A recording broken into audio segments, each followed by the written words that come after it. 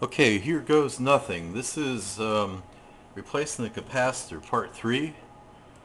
And what I do here is, here's the capacitor that I'm replacing again, 0.05. And it goes to the ground and it goes to the bottom of the secondary of this first IF transformer. So this is what I do. I, I cut it right here. I cut the lead. And I'm not going to restuff these capacitors. A lot of people do that, and I really respect people that do that. I really do. But this is, it's just too much for a radio like this. Um, I don't think this radio is super highly collectible. If it was like a Scott all-wave, they have like all chrome chassis and all that, I would probably do that. You know, probably restuff the caps. But But this one, no. Here's the sleeving here. Now the tricky part is to get the leg off of the chassis here, because the chassis is going to be absorbing a lot of heat. So let's try that. Gonna heat it up here.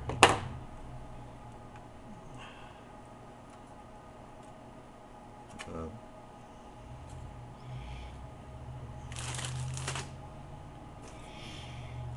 and it's not melting it here because it's just too much heat's being absorbed into the chassis. I'm going to crank up the heat on the iron up to about 900. Let's push this down a little bit here.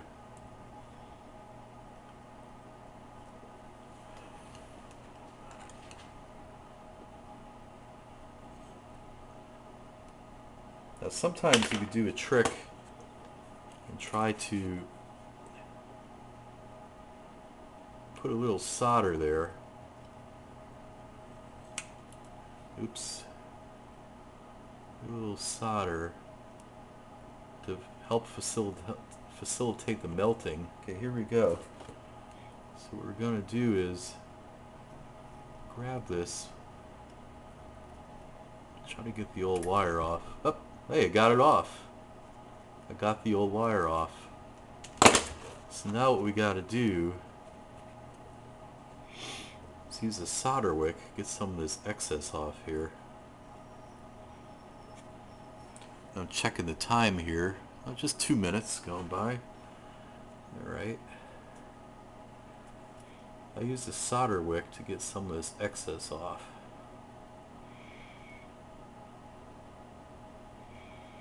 And this is the beauty of having a soldering station, because you could dial the heat you want, and a lot of times I don't need 900 degrees, but I had to turn it up to 900 to melt the solder on the chassis.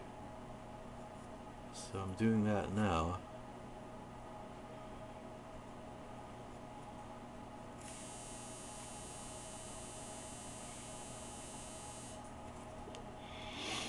Okay, it's pretty good. I'm going to get this lead off here.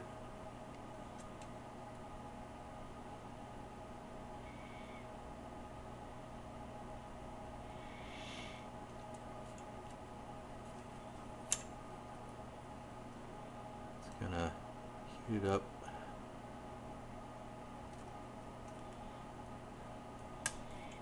And it's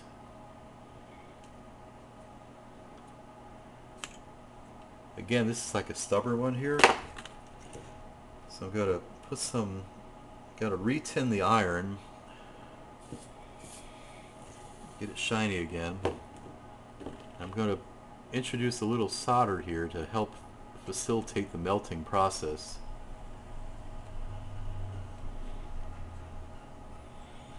And there we go.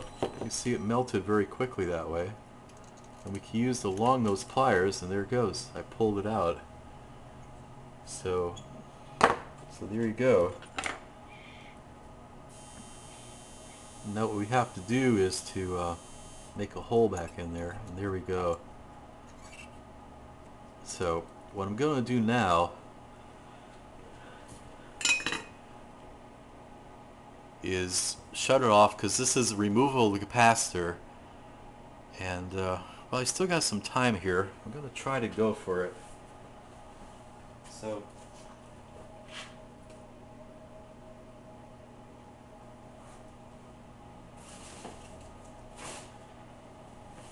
okay, I'm going to shut the video off now. I apologize for the crudeness of this. I don't have a video editor where I could string everything together. So I'm going to shut it off now. I have to get some heat shrink. So I'll be back in a second.